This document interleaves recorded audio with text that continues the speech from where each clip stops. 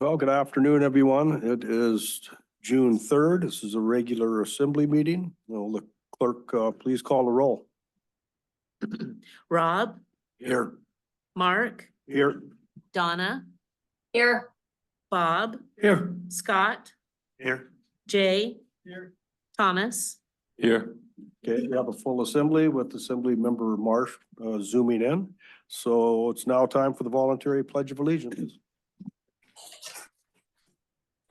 Allegiance to the flag of the United States of America and to the republic for which it stands, one nation, under God, indivisible, with liberty and justice for all.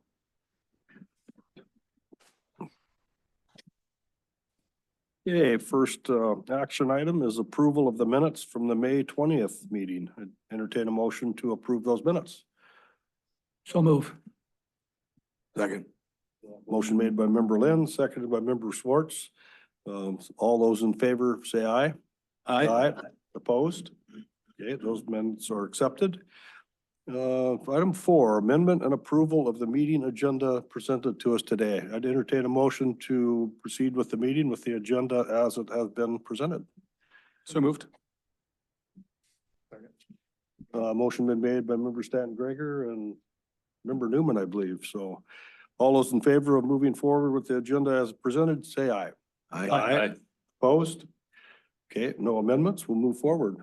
Item 5, there's one public hearing today, and that public hearing is for ordinance 2024-10. This is an ordinance amending section 4.28.120 of the Petersburg Municipal Code to increase the amount of sales tax that can be collected on a single sales transaction from $72 to $300 and directing that the proposed amendment be submitted to the qualified voters of the Petersburg Borough. Anyone in the audience like to speak to this during this public hearing? Okay, seeing none, that public hearing is closed. Item 6, bid awards. There are no bid awards today. Brings us to item 7, and that's persons to be heard on items related to today's agenda. So does anyone like to speak to that? State your name and who you represent, and 5-minute time limit.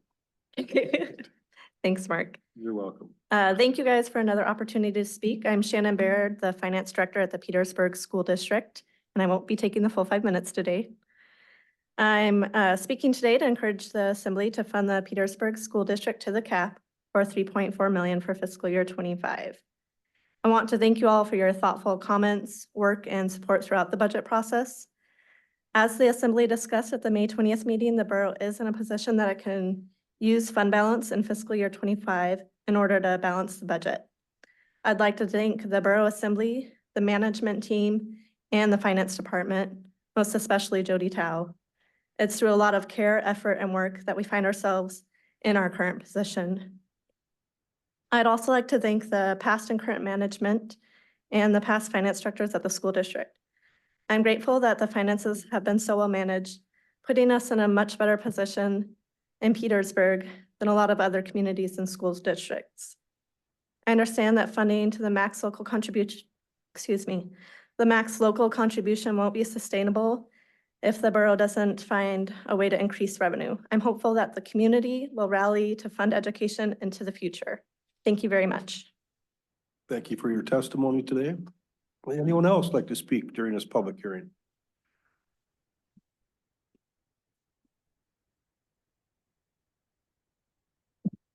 How's retirement? Getting closer. What am I checking off the things on the list? So thank you. My comments also will not take 5 minutes today. I'm here also my name's Erica Klupainer. I'm the superintendent, outgoing superintendent of the Petersburg School District. I want to thank the Assembly for passing the budget at first and second reading with the maximum $3.4 million funding request for the school district. And I thank you in advance for a third and final yes vote today. We are grateful that the Assembly has listened carefully to the fiscal information we have provided over the past few months. Even with the significant staffing and program reductions already being implemented for the upcoming school year and possible one-time funding from the state, the borough's maximum contribution is necessary now and into the future. This investment is essential for for the immediate needs of our students and for the long-term well-being of our entire community. Inconsistent and unreliable state funding has created instability in the overall education system in our state.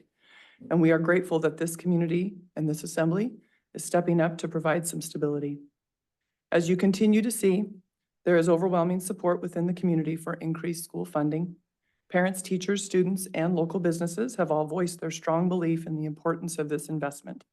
Thank you once again for your time, your consideration, and your commitment to the education of Petersburg's children. Your final yes vote today is necessary and appreciated. Thank you, and thank you for the opportunity to serve in the community and for all of your support over the years. Thank you for your testimony today. Anyone else in the audience like to speak in this public hearing? Okay, state your name and who you represent, please. My name is Deborah Tice. I think I'm kind of representing myself. I apologize for my lateness. I didn't mean that in disrespect. I just got out of the dentist, so I'm still a little numb. So my apologies for my slurred speech. I just wanted to come and say thank you. Thank you for believing in the work that the school district does. Thank you for honoring us with your thoughts, with your consideration, and with the work that you've done that I know was not taken lightly. So I, as myself, just want to say thank you for consideration, for thinking forward to funding the school district to the cap. Thank you. Thank you for your testimony today. Anyone else in the audience that would like to speak during this public hearing? My name is Heather Kahn, and I'm speaking for myself today. I would also like to say thank you. Thank you from a parent's point of view of my children leaving, going away, coming back with the degrees that they have and wanting to raise their families here. This is a very important funding opportunity for them and for the future of Petersburg and our grandchildren. Okay, thank you for your testimony. Anyone else in the audience that would like to speak during this public hearing? Clerk Thompson, is there anyone zooming in or? No. Okay, thank you. If there's no other interest in speaking on this public hearing, that public hearing is, oh, that's, never mind, persons to be heard related to the agenda. A little bit, I got a cold, so I'm a little bit foggy sometimes. Item 8, persons to be heard unrelated to the items on today's agenda. Anyone have thoughts there? Seeing none, we'll move forward to boards, commission, and committee reports. We have a safety committee report. Written report from the safety committee vice chair, Aaron Moreau. So it's on the website if you'd like to read it. And thank you, Aaron, for giving us a written report. No items on the consent agenda. That brings us to report of other officers. And Petersburg Medical Center CEO, Mr. Hofstetter, will update the assembly on the medical center activities. Thank you ahead of time, Mr. Hofstetter. Yeah, hi, good afternoon. Phil Hofstetter, Petersburg Medical Center CEO. I submitted my written report, a few highlights from the report. I just want to thank Representative Himshoot. We had Assembly Member Bob Lynn and myself tour the new facility site up the hill and gave us a chance to discuss some healthcare.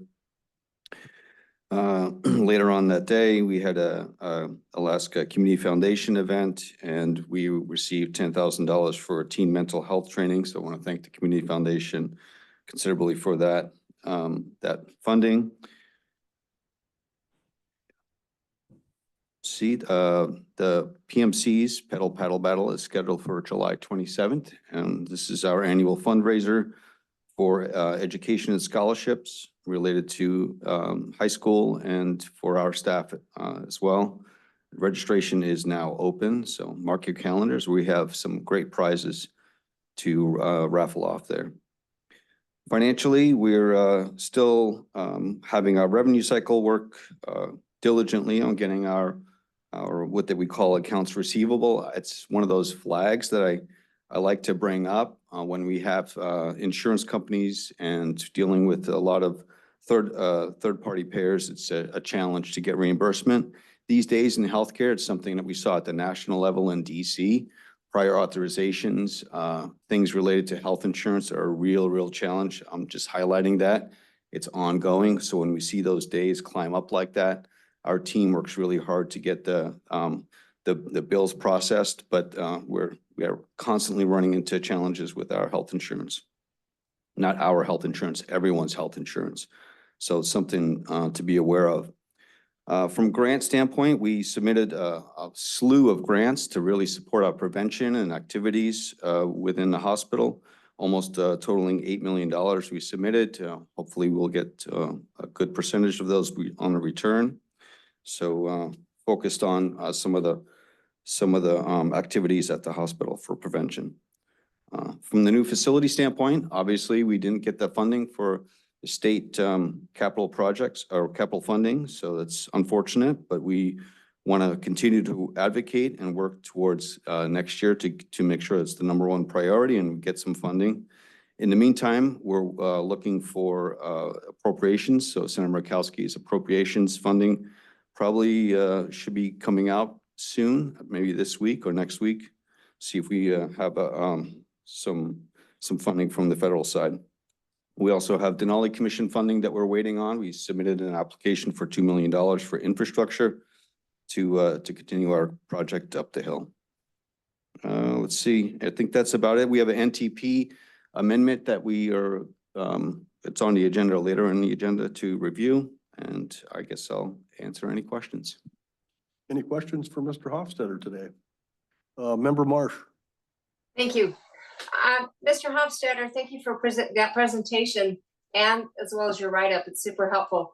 Can you detail what ongoing maintenance is occurring in the existing facility? Are projects and maintenance on hold, or what's going on there? If you wouldn't mind explaining some of that, please.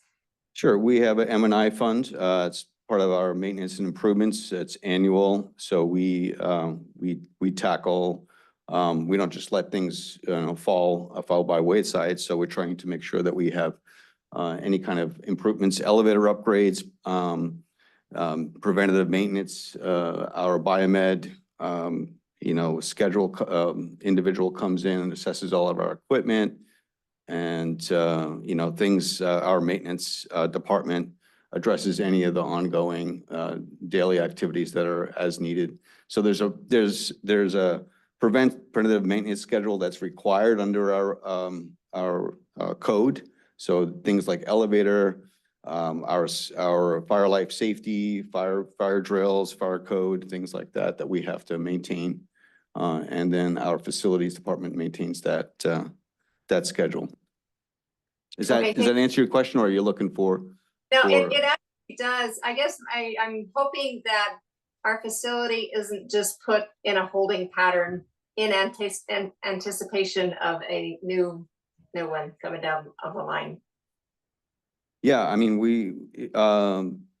no, I mean, we have to maintain the facility. So there's two things that when we think about our existing facility, one is there's the age of the facility. So there's the major things like your life cycle of your plant. But then there's routine maintenance. And so we have the routine maintenance, but we can't actually replace some of the core components without a major renovation. If we do a major renovation, then you're talking about millions of dollars to upcode under regulations. So that's the challenge that we talk about quite a bit. And the costs to have a major renovation to upcode almost exceeds the cost of a new facility. In fact, when we looked at it on the master plan, the cost of a major renovation rebuild, similar to the ones that were done in the 80s, the dollar amount was even higher than a new facility. So really, it's a struggle. It's a struggle because we have to maintain and keep the doors open.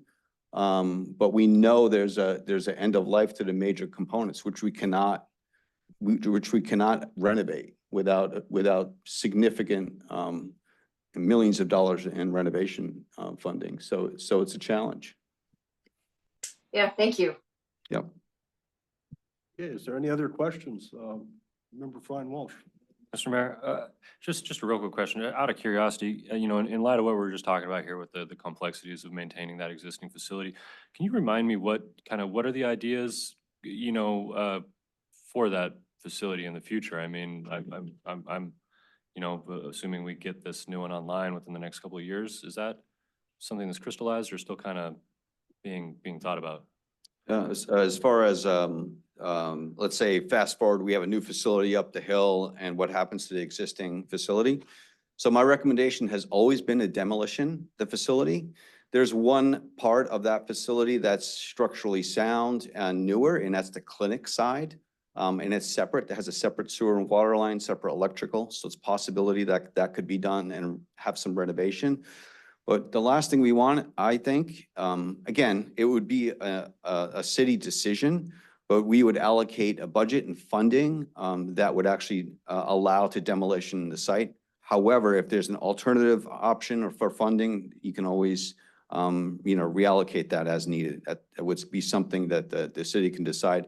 But my recommendation, and one of the things we put in our budget line items, is the demolition, because we don't want an eyesore there. We just don't want a vacant building that still has to be heated, and if it's not heated, it would deteriorate very rapidly.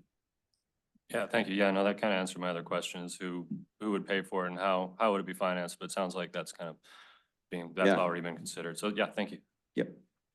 Any other questions of Mr. Hofstadter today? Okay, seeing none, Phil, thank you. Thank you.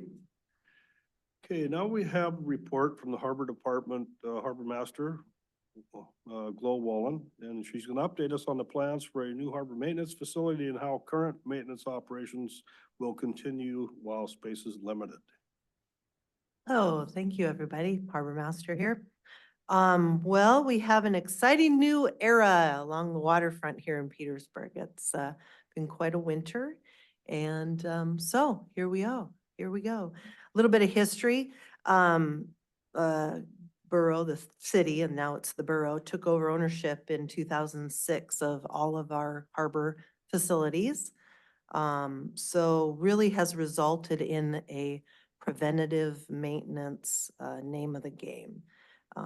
The state liked to rebuild or put in new after 40 years. That was kind of their thought process, is to replace in 40 years. And we, of course, like to consider maybe pushing that to 60, 70 years before we replace facilities. So that really behooves us to have a really zesty preventative maintenance program.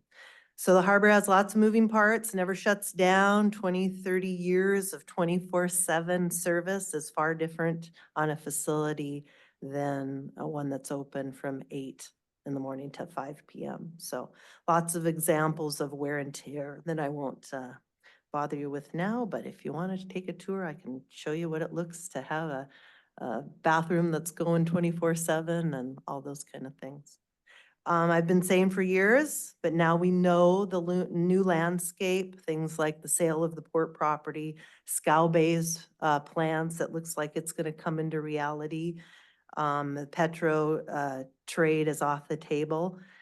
So those places aren't on our radar anymore. So it's time to move forward and secure a maintenance, protected storage, maintenance yard of sorts, and a building for the crew. So as far as that goes, in the North Harbor, 4 or 5 years ago, we rebuilt that old North Harbor approach dock.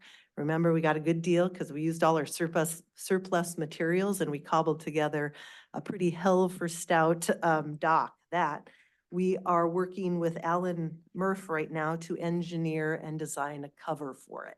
So we'd like to cover that area, open air. It's not going to be enclosed, but just something to put our some of our things under, because we know we need covered storage in this country. It's right now, the permit is at the fire marshals and we're hoping to bid that out hopefully this summer. If we can find a contractor, maybe we can get it built in our lifetime. Sale of the port property. All of the marine storage gear that we take at the drived out approach. That was always the plan, to use that space for storage of things that can't get down the highway. It just makes sense for a fleet to have a place that's on the water side of the highway so that they don't have to try and figure out how to get a DOT permit in place before they take their bait house down the highway. So that's been a part of our budgetary process and a part of our business plan. We make between 65,000 annually on marine storage. And again, we only offer that. We don't store other things. In the process, we realized that our shipping containers that we do house a lot of our equipment and a lot of our supplies and stuff, they were in pretty bad shape to the point where we couldn't move them. So we found and ordered up 4 new, they were one-time use, shipping containers that got delivered a couple last month at some point, and we relocated 2 of those to the Middle Harbor storage and 2 of them out to the drive down. And we just transferred the stuff, existing stuff, so it wasn't a bigger footprint, it's just relocated footprint. In those containers, we have things like crane parts and hydro oil for our cranes and trailer and all the rods and the rubber and all of the stuff that we need to have on hand. I have examples of waiting on contractors to order materials. I have one that's over a year now that I'm waiting on the contractor to order materials to get a portion of the dock fixed, and it just takes forever. So we have to have a lot of that kind of stuff on hand. So we pre-order and have it staged. So considering all of this, it's time to think about, expanding. And for our point of view at Middle Harbor seems like it makes the most sense right now. We're kind of down to not having a lot of property available and a good bang for the buck because there's things to consider in the Middle Harbor location. One of the things is, again, we're working with Alan Murph to do some estimates on conceptual drawings of a phased approach to things like the trestle in the Middle Harbor. It's a 1972 vintage trestle. We don't even let vehicles down it anymore because it's pretty fragile, and that needs to be rebuilt. Well, so you start looking at what are the rebuild costs of what's there today versus maybe rocking it in, and wouldn't you know, it's kind of amazing, but steel and wood dock, and it's very comparable to filling in and maybe get considerably more than just a trestle out of it. So we're looking at those kind of things, and we'll come back to you at some point with something to consider. We've moved our storage area out and put in, some of the things that we can move. They're movable right now, but if we were to expand that area, we could put something that's a little bit more permanent, a modest steel building that's partially insulated that we could work out of, some covered storage, but not to use much more of the footprint that we have right now. And probably the biggest area in that location, we could increase parking, which we all know is a real need here, especially in that downtown area. So that's kind of what things are gelling right now, and we're working to get conceptual ideas, costs associated, working with local contractors to get something down on paper that we could really do some looking at and phase this in. So that's it's kind of where we are in the near future, and invite any of you to come take a look at what we got going on, and if there's any questions, happy to answer. Questions for the harbor master? Member Lynn?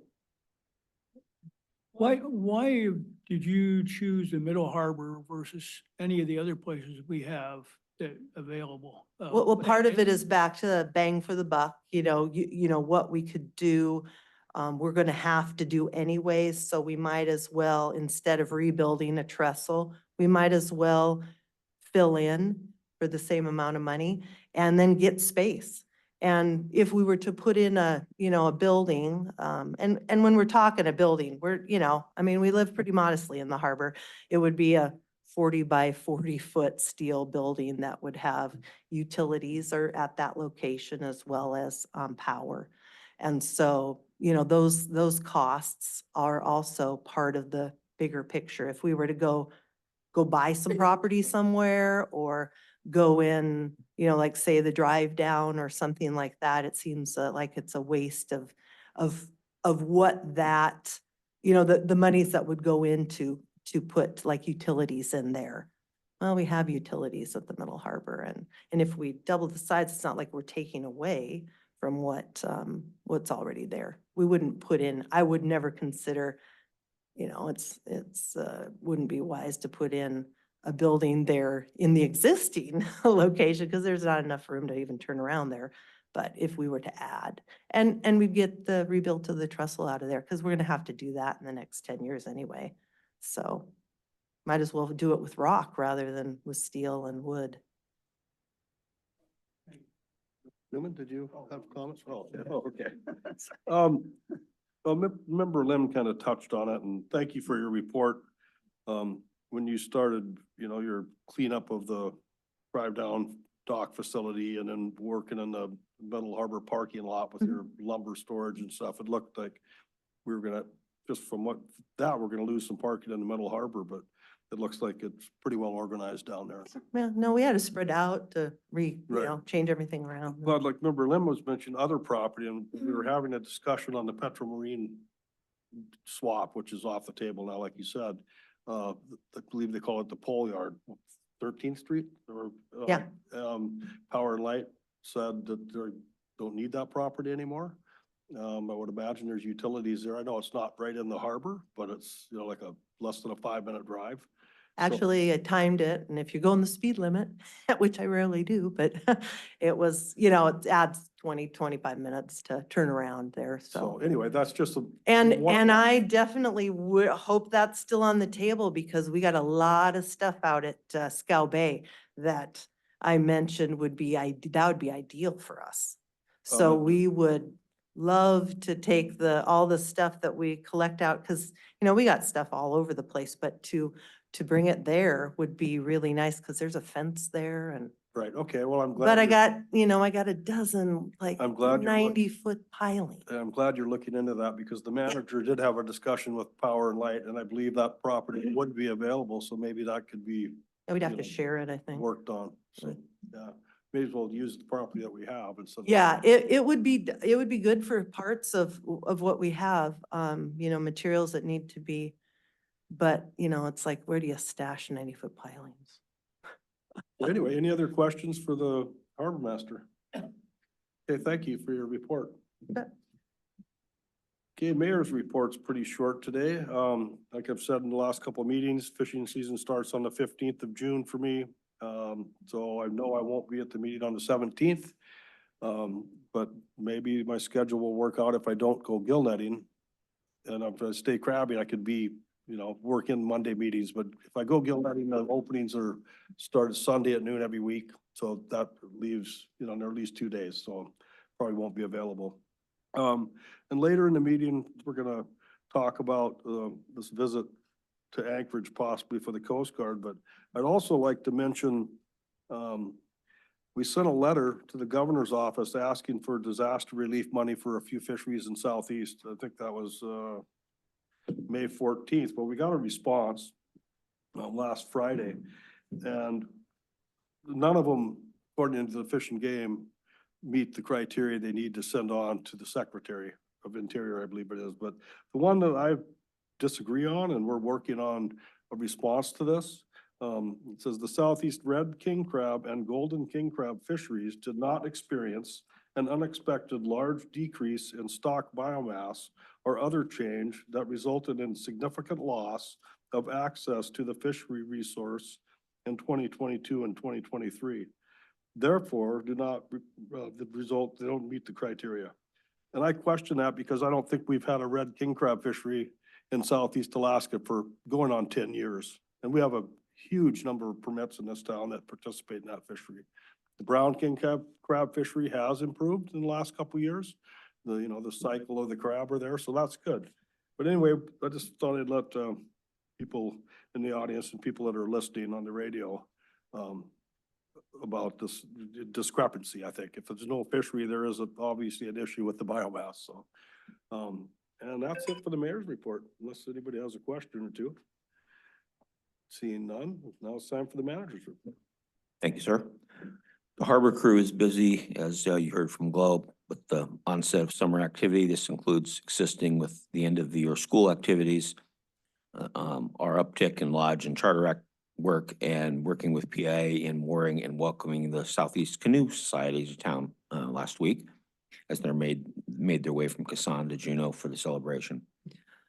Reminder to harbor users that annual launch permits were due June 1st and are available at the harbor office. With the summer season open, parking enforcement in the harbor is up and running. Glorianne is working with our attorney on several derelict vessels in the harbor and the process we'll have to use to dispose of them if the owners don't take responsibility. It's very involved, and unfortunately, in the end, often means we have to pay for it. Harbor permanent stalls are full and scheduled transient numbers seem higher than normal thus far. And let's see, Parks and Rec has been busy with our maintenance and cleaning closure. We're reopening on June 10th. Big thank you to the Public Works team for assisting us with emptying the sand filter tanks with the vac truck. It took a fraction of the time versus shoveling into buckets by hand. Petersburg Bike Park hosted a successful fundraiser, which will help make further improvements to the park. Thank you to all who sponsored riders, work party, and event volunteers, donating entities, and other local groups helping to build our new park. Parks and Rec Advisory Board will be holding their next meeting on Wednesday, June 12th at 4 p.m. at the Aquatic Center Admin Office upstairs. Unfortunately, our building official, Eric Hull, is resigning from his position effective August 9th. We thank Eric for his positive outlook and contributions during his time here and wish him all the best in future endeavors. Volunteer Fire Department is still looking for applicants for the EMS coordinator position. Information on this position can be found in the Petersburg pilot and online at the Petersburg Borough website. Volunteer Fire Department has a series of new promotions. Congratulations to Troy Tinas, our new assistant chief, Devin Bennett, our newest fire captain, and Nick Espeseth, our new fire lieutenant. Josh and Aaron completed a major ground ambulance report to the Center for Medicaid and Medicare Services. This avoided a 10% reduction in payments to the borough from those organizations. And volunteers from the fire department completed our flare-off event over Memorial Day weekend. This event helps train the public on the use of flares and helps sanitation with disposal of unexpired flares. Thank you to all who attended. With assistance from the water department, we capped off a leaking AC water main near Fram Street. This old line may either be replaced or abandoned, depending on the final configuration of water service to the new hospital site. After a year of being shorthanded, we have hired a new motor pool mechanic who's scheduled to start work on today, June 3rd. The annual household hazardous waste collection event took place June 1st and 2nd. And the 2024 property tax invoices will be mailed on July 1st. The due date for the payment is October 15th. Information will be coming out to water utility customers soon, asking us to verify the type of water service piping that carries water from the main to their structure. This effort is part of a federal mandate called the Lead Service Line Inventory. Wastewater staff has been working with ADEC on a new composting permit. And Power and Light staff has been deploying another round of the AMI meters in the community. These meters communicate their readings back to the municipal building via low power radio frequency and will improve billing accuracy and customer service for electric customers. Questions about the new meters can be directed to Power and Light at 907-772-4203. And Power and Light would like to remind the community that the annual SEPA maintenance shutdown will occur from June 6th through the 12th. And that the current billing period, May 15th through the 28th, is the time to conserve energy to limit the fuel adjustment charge for all customers. Power and Light has hired 2 new employees. Eric Larson will be the department's new powerhouse mechanic operator, and Casey Bell has been hired to fill the open groundman operator position. Both employees will start in July. Assisted Living is setting up the new nurse call system and learning more about the various features. We're also looking into a check-in system, which will require the staff to physically go into a room to reset a device to make sure the resident is okay. Borough has received authorizations from DNR to enforce parking statutes at Packy's Landing. I met with Public Works Director Kata, Supervisor Martin Odegaard, and Chief Kerr this morning to work out details on some new signage and the process we will use to notify people and impound vehicles and trailers as necessary. This is more just getting rid of junk vehicles. We're not doing much beyond that, but we will be putting some signs up. Library Summer Reading Program starts June 2nd. Programs are being offered for all ages. Sign up now at psglib.org. And Tim Shumway's Petersburg High School Alaska History class has an oral history display up in the library foyer. It's a remarkable collection of conversations between the students and a broad spectrum of community members. The library will be featuring these in an upcoming episodes of our KFSK radio program, Homegrown Conversations. And due to some staffing constraints, the library will close early on Mondays at 4 p.m., June through August. That's it, unless there's questions. Any questions of the manager on his report? Okay, seeing none. Thank you, Manager Giesbrecht.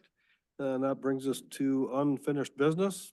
First item under unfinished business is an ordinance 2024-07. This is an ordinance amending section 4.33.030 of chapter 4.33, transient room tax of the Petersburg Municipal Code to increase the transient room tax rate from 4% to 7% and directing that the amendment be submitted to the qualified voters of the borough for ratification. This is the third and final reading. So that will be on the ballot this October. Entertain a motion to approve this ordinance in its third reading. So moved.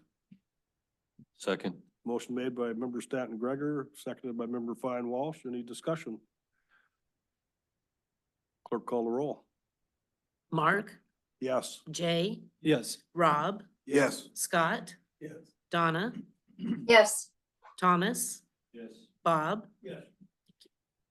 Ordinance passes unanimously in its third and final reading. The next ordinance under unfinished business is 2024-08, an ordinance amending section 4.33.060 of the Petersburg Municipal Code to clarify the permitted uses of proceeds of the borough transient room tax.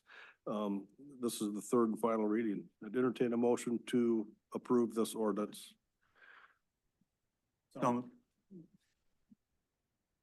Second. Motion been made by Member Newman, seconded by Member Stanton Gregor. Discussion. This just goes with previous ordinance, so says what we can and can't spend the transient room tax on, I believe. So clerk, call the roll. Scott, Yes. Bob, Yes. Mark, Yes. Rob, Yes. Thomas, Yes. Donna, Yes. Jay, Yes. Okay, ordinance 2024-08 passes unanimously and is the final reading. Now time for ordinance 2024-09. This is also the third and final reading. This is an ordinance adopting the budget for the fiscal year July 1st, 2024 through June 30th, 2025. I'd entertain a motion to approve this ordinance in its third and final reading. So moved. Second. Motion been made by Member Stanton Gregor, seconded by Member Lind. Member Stanton Gregor. Thank you, Mr. Mayor. First of all, I'll be voting yes on this in the third and final reading, and I thank the people who came out to testify, especially in support of the schools. I said a bunch about it in the second reading, so I won't rehash it, but I feel very comfortable with where the budget sits this year. As Finance Director Baird mentioned, this, as it stands right now, will not be a sustainable long-term thing without different revenue streams. So next year's budget cycle will be more challenging, and luckily we have a year to get to that point. From there, though, I would make a motion. I move to budget an expense of $225,000 from the School Deferred Maintenance Fund for architectural and engineering services to produce construction drawings for the middle school, high school roof project and the high school office renovation project, and to pay for the services of a bond attorney to produce the general obligation school bonds ordinance and ballot proposition and assist the Borough Finance and Administration Department in the bond issuing process. Is there a second to that? Second. Motion been made by member Stanton Gregor to make this change and seconded by member Lynn. Any discussions on this amendment to the budget? Seeing none, will the clerk call the roll? Member Marsh. Thank you, Mr. Mayor. I do have a concern on this amendment. Could someone explain the need for the school admin renovation project? It's probably what, 25 years old? I didn't know it was having problems that required a complete renovation. I wonder if someone can shed some light on that, please. So can someone from the school district, since you're in the room, explain that? One more task.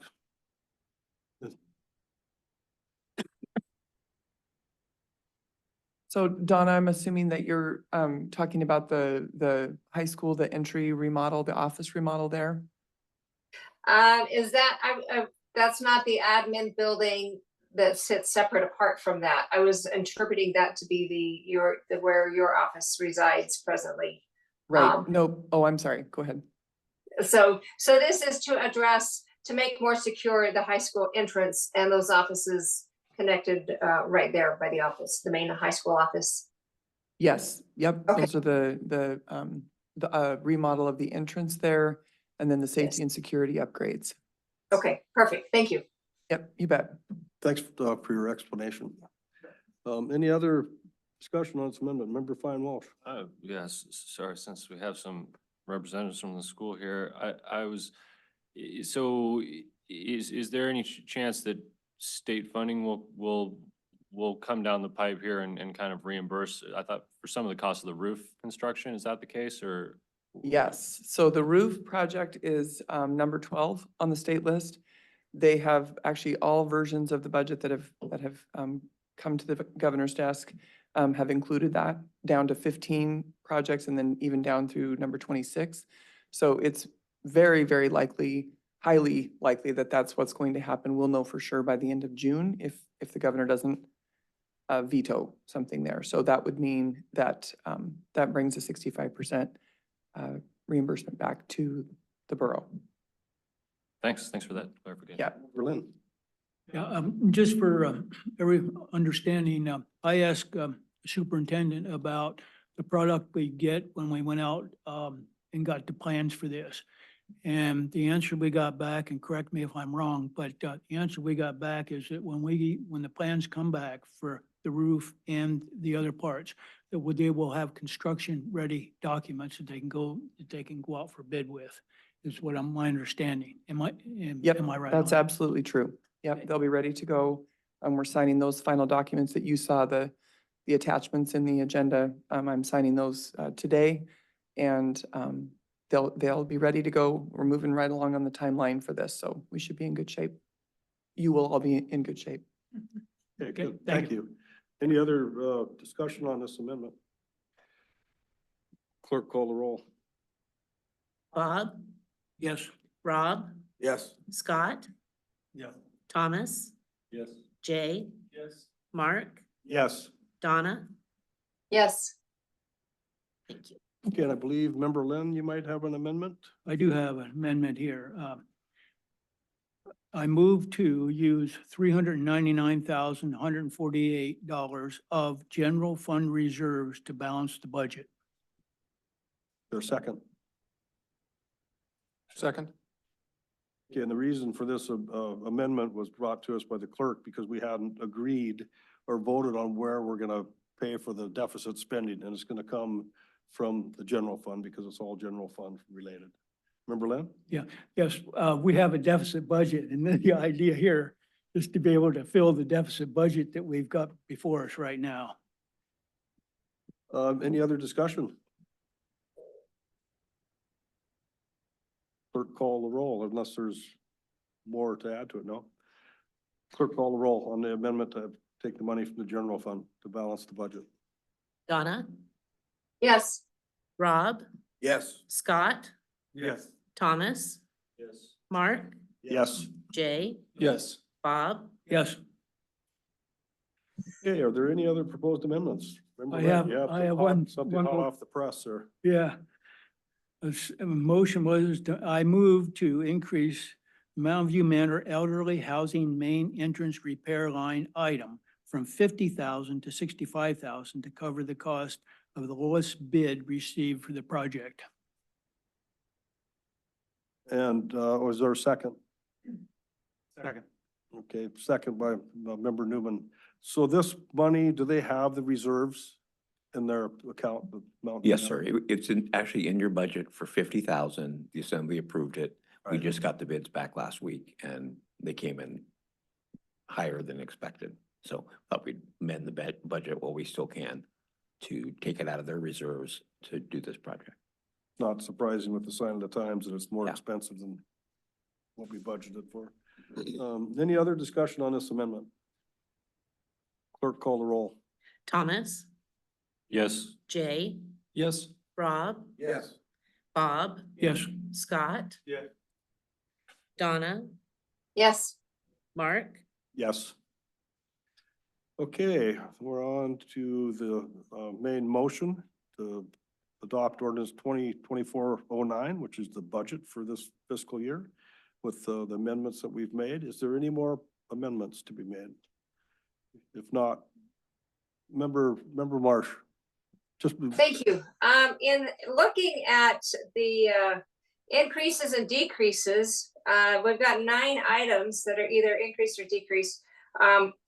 I'm actually concerned, it's been brought to my attention that some of the salary decreases that are shown here are in enterprise funds that maintain themselves. So I guess it doesn't, I'm wondering if these decreases in the salary budget for these items. We've got Public Works of almost $5,000. We've got wastewater salary, 18,400, water salary budget, 18,700, and harbor salary budget of 19,600. Those are all enterprise funds. Why would they be decreased? And I apologize for not noting that earlier. I wonder if there's some rationale behind that. Okay, can the manager explain?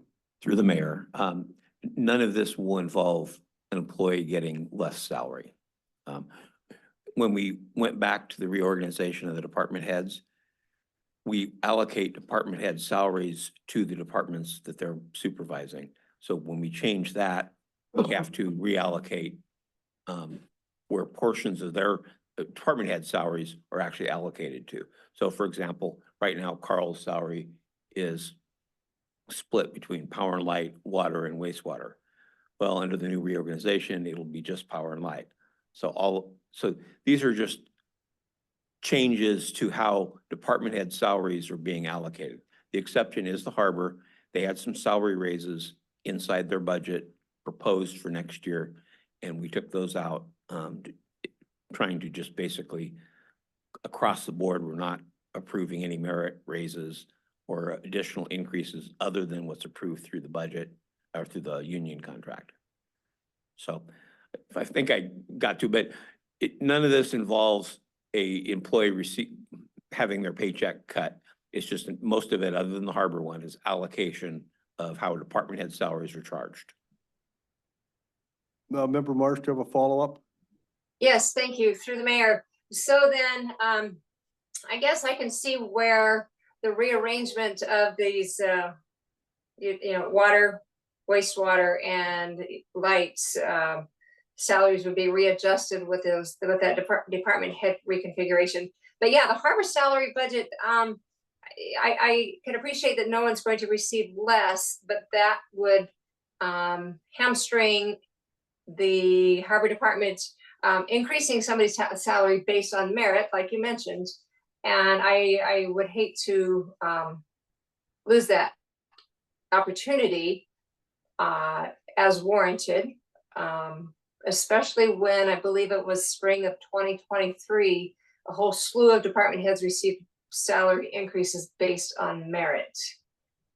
So I wonder if there's interest in the body of the assembly to eliminate that decrease for the harbor salary budget by $19,613. So I guess that being said, could I propose an amendment to decrease that line item on that decrease in the harbor salary budget? Is there a second to Second. that motion? Okay, Member Marsh made a motion to remove, I believe, the decrease in the harbor salary budget of $19,613. It was seconded by Member Sports. Discussion on that amendment. Member Sports. Yeah, I'm glad that Donna brought this up. There's no decrease, but it, with inflation and everything we're facing, you know, there's some people at that harbor that have been there 30 years. Committed and dedicated to it. And yeah, I'd like to see number 9 go away. Member Stanton Gregor. Yeah, thanks. Steve has always cut me off if I'm missing on something. But I was, excuse me. I was under the impression that the manager had asked to remove merit increases for this budget for the obvious reasons, such as right now we're running a nearly $400,000 deficit. And that was put in, and Steve made the correction. And I won't be voting for this, not because I don't think our employees all deserve to be paid what they're worth, but with the manager giving that direction for no merit raises right now, like the Petersburg municipal employees are under contract and they agreed to the contract at the current rate they're being paid. I think changing that right now for one department is a pretty bad precedent. I can't support that because any of the other departments can make the same argument, like, hey, we had a lot of really long tenured employees, they're worth a lot. I would feel disrespectful to some of the other departments if we picked that one to do it. So for those reasons, I will be voting no on this amendment. Member Fine Walsh. Yes, thank you, Mr. Mayor. Maybe the manager can just clarify here. Now, as I recall, there were other departments aside from the harbor department that have been instructed to not do any merit pay increases, right? So I think if we do change it for the harbor, we should change it for all the other departments that kind of forgo that.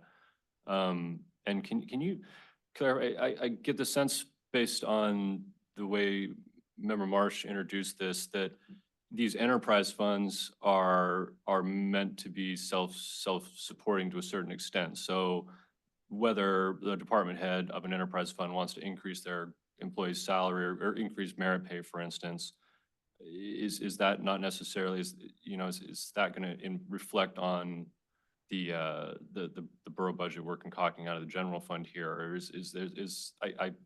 maybe you can speak to that. I mean, is it true that, I mean, the harbor department, for instance, just, came into the profits from sales of, a few properties, and it seems like they would be able to finance that without, upsetting the overall budget for the borough. But I may be kind of misconstruing that. So maybe clear that up for me and everyone listening here. I'd appreciate it. You're the mayor. So I'll back up a little. First of all employees will get raises based on the union contract. I think for PMEA, it's 2.5%. And is it the same for Power and Light? I'm not positive, to be honest. So effective July 1st, all employees subject to the union contract are getting raises other than department heads. So department heads are getting nothing. In addition to that, the longevity pay increases that the assembly approved last year are still in effect and will continue to be in effect. So if people hit those milestones, they will get longevity pay. Merit pay is something totally outside of both of those. Basically, that's saying, Mayor Jensen, you're doing a really good job and we want to give you a $3 an hour raise. Department heads make those today.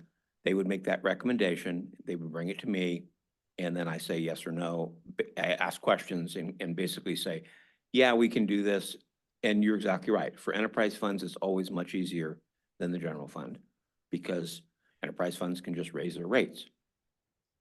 At this time, because of the economy in Petersburg, I mean, although I think we've seen some really good things happening with E.C. Phillips and others, I gave direction to department heads. I didn't want to have merit raises baked into budgets because I didn't really know how this budget was going to turn out. And I do that for enterprise funds as well as general fund because I didn't want to set a precedent where one department gets better treatment than another. So that's why I did it. The assembly absolutely has the right to take anything out or change this. I'm just giving you the background of why I did what I did.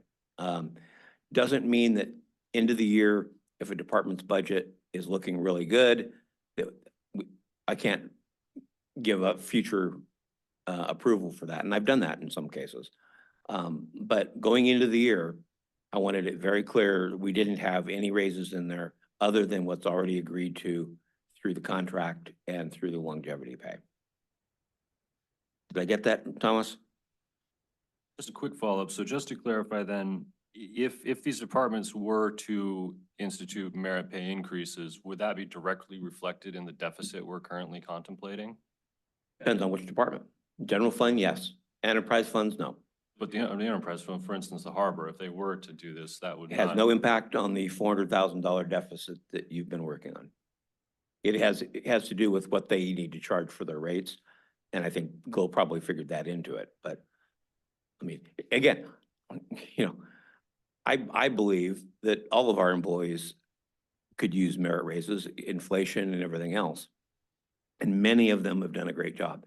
It's just really, really hard right now when we've seen rates going up, and we'll be doing rate studies in some of the enterprise funds again. I'm just trying to be cautious. Glenn, did you have a comment? Yeah, I do. I can't support this either because we went through the contract, we have a contract in place. And we have some very, very good employees. And how can we sit here and say that because this is an enterprise fund, these people should get a merit, but these people over here in the general fund don't? I mean, this doesn't make sense to me at all. And we don't even have a policy in place to be able to deal with merit pay, you know, that goes across the board, across the enterprise funds, across the general fund. And for me to be able to pick that, and then I walk down the street and one of our other employees say, well, why don't I get? I can't make that choice. I have to stay with what we did for the contract and what we agreed to in the past here with the contract. Thank you. Any other comments? Member Newman? So I have a question for the manager. Are there employees of the enterprise funds that did not get the raises through the new contract that we just negotiated? Through the mayor.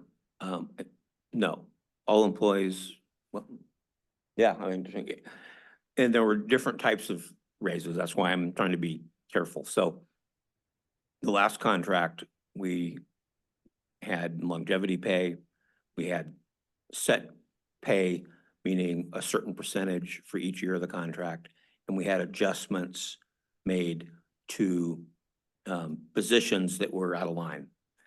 Not every employee got an adjustment because their job was out of line. Trying to think some of the big ones in the PMEA contract. That we changed? Yeah, just a couple off the top of your head. It's been a while now. Yeah. I'm sorry, Steve. Did we do water, wastewater? I think we did water, wastewater, sanitation supervisor, I think. So we adjusted several positions that we saw, motor pool, where we saw significant, wow, we're not meeting the market conditions. Not every employee got one of those because not everybody was in a position that involved that. So for example, assisted living did not get major adjustments to their base salary. They got the same agreement that we agreed to with the union, and they got longevity pay based on how long they've been here.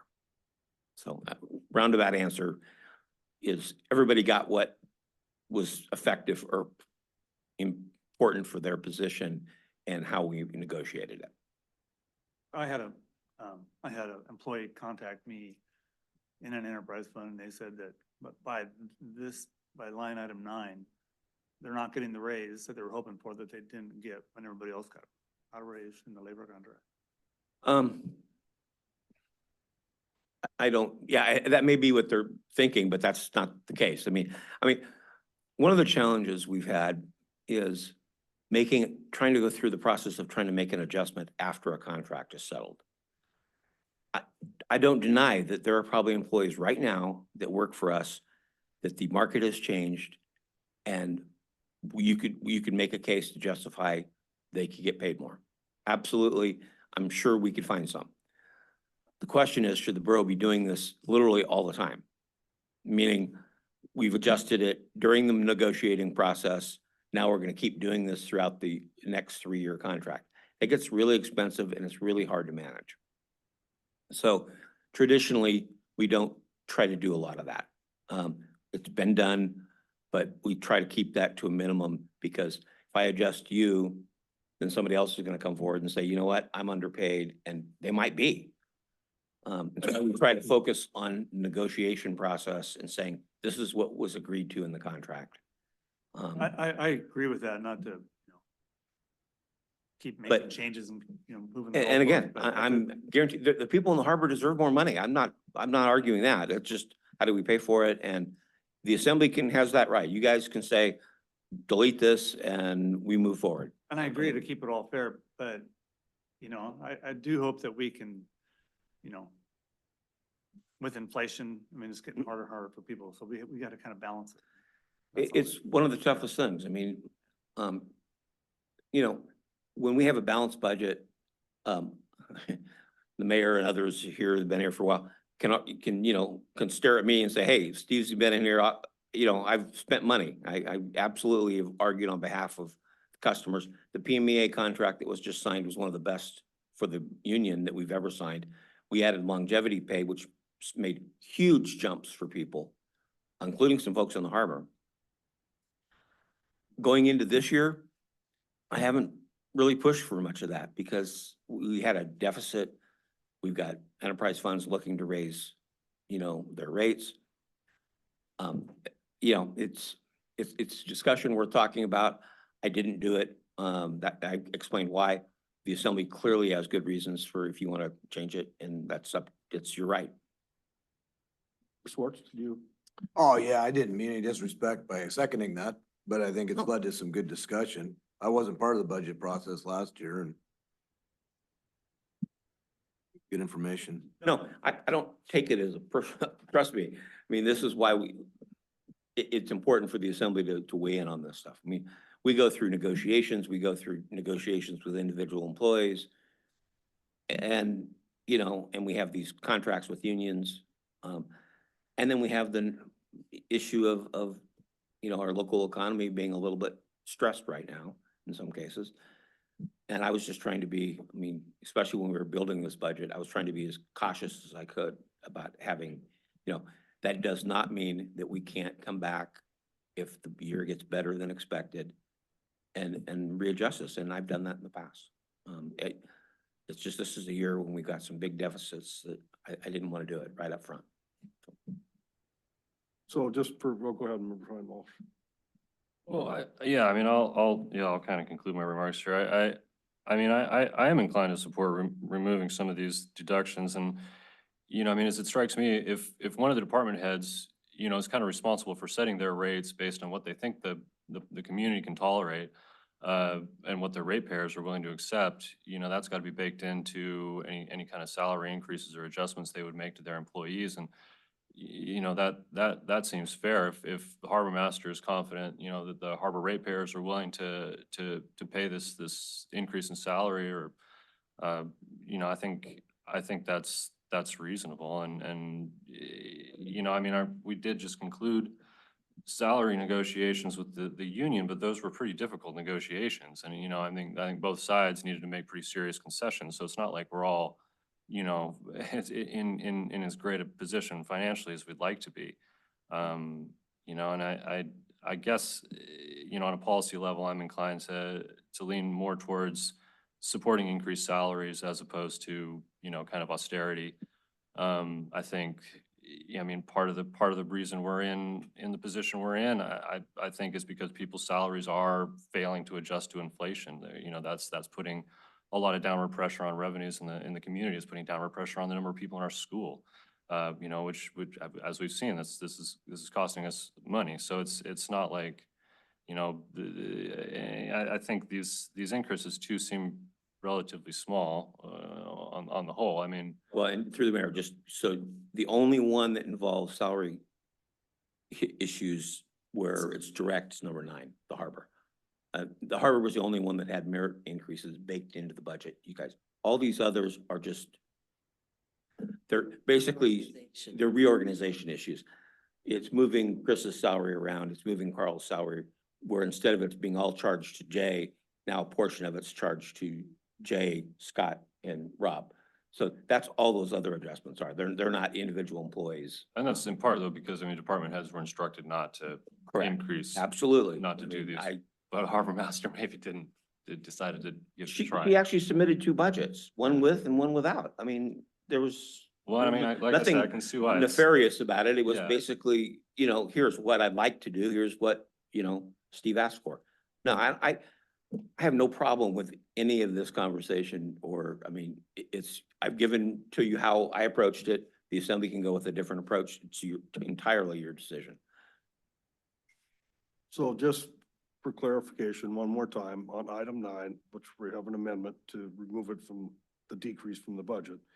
If it stays in where we reduce the budget, salary budget by $19,613, there will be no pay cuts to the employees. Correct. Chloe, do you remember offhand, how many employees did that involve? 2? So that 19,000 was 2 employees. With this deleted, 2 employees don't get a raise, Beyond what the contract already dictates. other than what the contract already dictates, correct? Thank you. Okay, any other discussion on this amendment to remove item 9 from the budget? Yeah, well, I guess my final comment is that, I mean, I agree with somebody's earlier comment. I think it was Member Fine Walsh that if we do it for one, we should do it for all. But I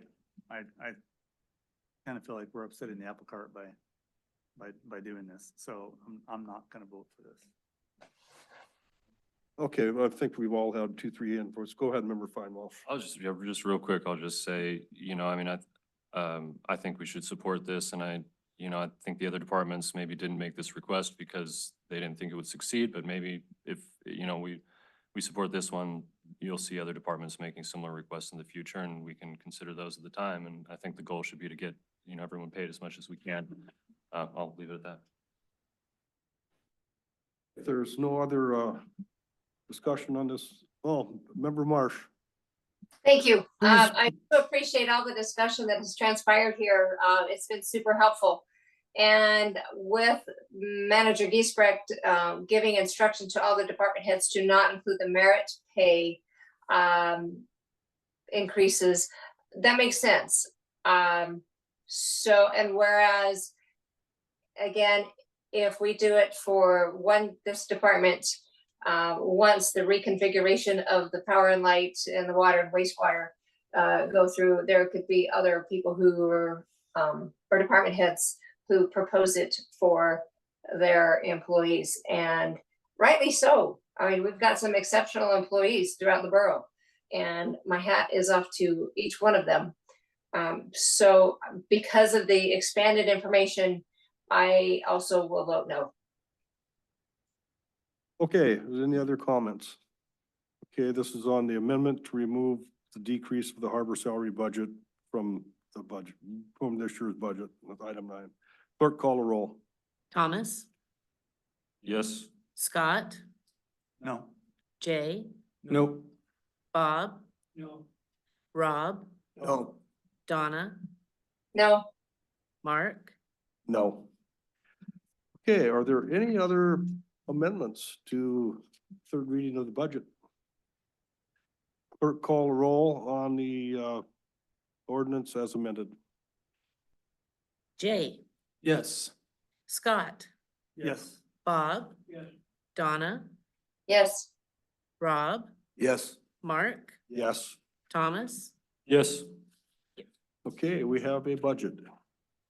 Item D, under unfinished business, is ordinance 2024-10. This is an ordinance amending section 4.28.120 of the Petersburg Municipal Code to increase the amount of sales tax that can be collected on a single sales transaction from $72 to $300, and directing that the proposed amendment be submitted to the qualified voters of the borough. This is the second reading. I'd entertain a motion to approve this ordinance in its second reading.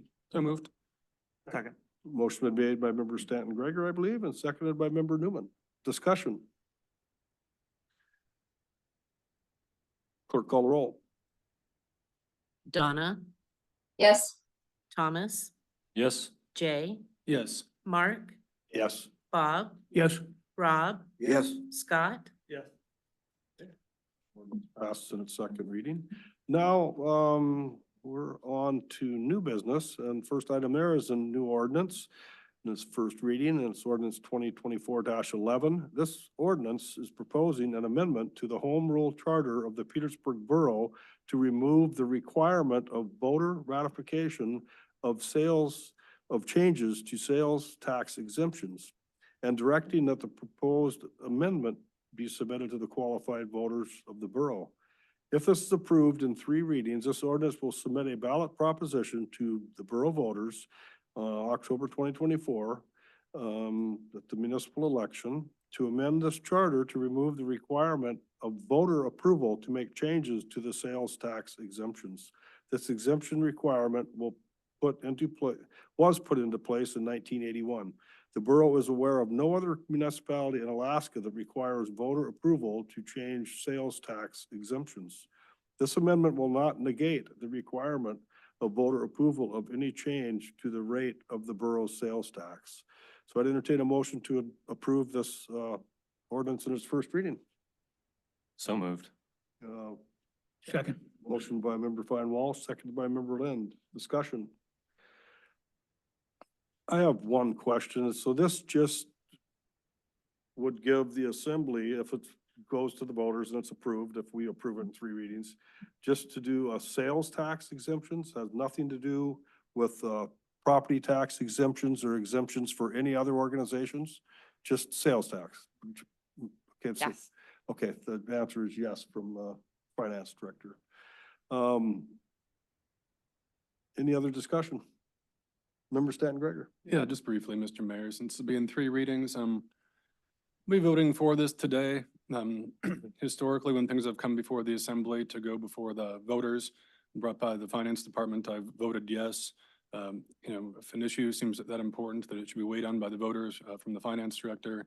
I don't think I've ever voted no on something to go before the voters, so I'll be voting yes today, and hopefully it ends up before the voters and they can decide. Thanks. Any other input? Clerk call the roll. Rob, Yes. Mark, Yes. Donna, Yes. Bob, Yes. Scott, Yes. Jay, Yes. Thomas, Yes. Okay, next item under new business is resolution 2024-09, a resolution setting the millage rates for the fiscal year July 1st, 2024 through June 30th, 2025. If approved, this resolution will set the fiscal year 2025 mill rate at 10 mills within Service Area 1 and 4.2 mills for outside of Service Area 1. I'd entertain a motion to approve this resolution. So move. Second. Motion been made by member Lynn, seconded by member Newman. Discussion. So I have a question for the finance director. Is this less of a millage rate than last year? Yeah, the mill rate did go down last year in service area 1 was 10.84 mils. Outside service area wide, or outside service area 1, which is area wide, it remains at 4.2. That, as you can recall, it goes to education. And since education is actually going up, we did not decrease the mill rate for that. So it supports exactly what was in the budget that you just approved in the 3rd reading. Okay, perfect. So after looking through this, I see it includes all of the bond issues Yes. that we're paying for as residents as well. So I guess if your property value goes up, your millage rate could go down. So if there's no other discussion, will clerk call the roll? Jay, Yes. Scott, Yes. Thomas, Yes. Donna, Yes. Mark, Yes. Bob, Yes. Rob. Yeah. Thank you. Okay, the resolution passes unanimously, accepting the proposed millage rate. Item C, authorization for Petersburg Medical Center to issue a notice to proceed to Dawson Construction for full construction of the work building at the new hospital site. PMC CEO Hofstadter requests the Assembly approval for the stipulations of Borough Resolution 2023-04 to issue a notice to proceed to Dawson Construction for full construction of the work building, which would adjust the total guaranteed maximum price to $14,698,948. Funds for the notice to proceed are available from the $20 million Department of Treasury grant awarded to the medical center in December of 2023. So I would entertain a motion to approve this notice to proceed. So move. Second. Motion been made by member Lynn, seconded by member Stanton Gregor. Any discussion? Clerk call the roll. Thomas, Yes. Donna, Yes. Bob, Yes. Jay, Yes. Rob, Yes. Scott, Yes. Mark, Yes. Okay, item D, approval to hire attorney Cynthia Cartledge to assist in the bond issuing process for a deferred maintenance school bond to the borough, to be brought, before the qualified voters of the borough. The Petersburg Borough and the Petersburg School District would like to bring the question of issuance of a deferred maintenance school bond to borough voters at the October 24th municipal election. A bond attorney is needed to assist in the drafting of a bond ordinance to go before the assembly and a ballot proposition regarding whether to approve the bond issuance to go before the borough voters. Borough Charter, Section 2.14, Section A states that the assembly may appoint special legal and financial advisors for bond issues or other matters and retain legal counsel as it requires. Finance Director Tao requests the assembly approve the hire of Cynthia Cartledge, attorney with JDO Law, for this specific bond issue, and authorize Manager Giesbrecht to sign the engagements letter to retain her services. So there is a suggested motion here on their agenda, so I'd entertain a motion to approve this. Yes, Mr. Mayor, I move to approve the hire of Cynthia Cartledge to assist with the bond issuance process and authorize Manager Giesbrecht to sign the engagement letter to return her services. Second. Second. Okay, motion made by member Lynn, seconded by member Newman. Any discussion? I have one question. Would the fees for the attorney come out of the bonded money? Yes. Okay. Any other discussion? Okay, hey, member Marsh, I'm not always looking at the screen, so if the assembly members that aren't in the room, could you just say Mr. Mayor or something along those lines? Yes, I I will. recognize you. Thank you. You have the floor. You bet. I appreciate it. Through the mayor. So I guess at this point, we don't have a dollar amount for what the bond might go forward to the voters for with this deferred maintenance. Is that like an ongoing deferred maintenance, or are we looking at a specific project? If there would be some additional information, that'd be awesome. Finance Director Tao has an answer for that. Sure. So we're discussing that right now. You know, a lot of it has to do with if the governor signs off on the budget as is with that project in there. But we could present to you one number and at a later date in the second or third reading, adjust that number as we want to. We will ask to have an amount up to, not to exceed. And so we'll have some flexibility when the design drawings get done. And when we get to 65%, we're gonna know, what the costs, a little bit more accuracy of what the projects will be. And so we can narrow it down a little bit more as well. But if we're thinking around 4 million, but that will be presented to you at the next assembly meeting. Okay, thank you. Does that answer your question, Member Marsh? Yes, thank you. Any other discussion?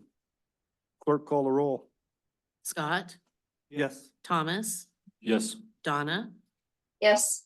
Mark, Yes. Jay, Yes. Bob, Yes. Rob, Yes. Okay. Communications, we have one communication that is listed, or some few communications, and they're on the website if you'd like to see communications we have received. We talked about the letter that came back from the state of Alaska about our disaster relief request for a few fisheries, and we will address that, respond to that letter. I also received a letter from former Governor Meade Credwell, and we'll talk about that in the next item. The Coast Guard Foundation Alaska Awards Dinner. So we don't read all the communications. So anyway, that brings us to assembly discussion items. And item A is Coast Guard Foundation Alaska Awards Dinner. We have received a letter, an invitation to sponsor and or attend the Coast Guard Foundation Alaska Awards Dinner on August 13th, 2024. It's in Anchorage. See the attached flyer. And just bringing it up as discussion, does the assembly want to sponsor and or send a representative or representatives to attend the dinner on behalf of Petersburg? For the purpose of this discussion, the proposed fiscal year 2025 budget, this assembly and administration travel and training budgets are also attached. This was obviously not in the budget because the letter just came last week. The letter is a little bit different than the flyer. This came from Meade Credwell, who is helping put this dinner together. It's a every other year situation. And it says, this year we're making a special effort to invite leaders of the Alaska Coast Guard communities, which is why I'm writing to you. This letter is addressed to me. It's the mayor. Attached is information about individual tickets as well as tables for sale. If you or a delegation from your community, including officials and other leaders, are able to attend, we will work to make sure your community is recognized. My opinion on this is that, you know, it's very expensive. The clerk got some numbers. The hotel room, cheapest hotel room is $575. There's no rental cars available. We have mileage to fly there. But I just wanted to bring this in front of the assembly. Excuse me. I think it would, you know, working with our lobbyists and Senator Sullivan's staff, we have a pretty good chance of what we're asking for in the future is another buoy tender when they come to the funding. So, excuse me, any other assembly members have any input? I mean, I think it'd be a good idea if we had the money, but I don't know that we have the spare cash laying around. Mr. Mayor? Yep, I gotcha. Yeah, I'm in your camp on that. I'm not inclined to, of course, but since it's only a discussion item today, any member of the assembly could bring it up as an action item to approve that in the future if it's something they felt strongly about, but the dollar amount definitely put me off as well. Thanks. So any other discussion? Member Lynn? Yeah, and I concur with the mayor on this one. Be nice to do, but it's a lot of money and with our budget deficit, I don't see us spending the money. Well, just for the people listening, you look at the prices. I mean, if you had real deep pockets, a dinner sponsor for 50,000, you get a table of 8 with prominent placement. So that's the high end. Or the individual ticket is $500. So $500 for the meal, $600 for travel, blah, blah, blah. Anyway, just so the people know, I don't intend to put it on the agenda in the future as an action item. I just wanted people to be aware of the event. Any other, any assembly member comments? Seeing none. Recognitions, any recognitions? Member Stanton Gregor. Thank you, Mr. Mayor. Excuse me again. I just wanted to briefly recognize the nearly retired superintendent of schools, Erica Clute-Painter. This recognition comes from many hats. One, as a former employee, she was lovely to work for. Secondarily, as a parent of children in the district. Thirdly, as a professional colleague, and also from my time on the assembly. I know I'm stating what likely everyone at home knows, but we've been luckier than we know to have somebody of Erica's caliber here for these many years, both as a teacher, principal, and superintendent. I will leave it at that because the words do not do it justice. Thank you so much, Erica.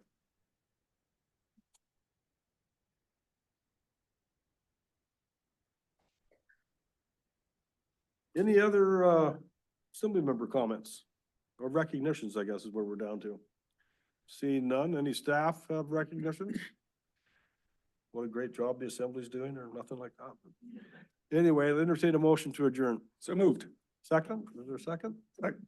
All those in favor say aye. Aye. Meeting is closed. Remember, Lynn, you were pretty close. Hour and 25 minutes. Okay.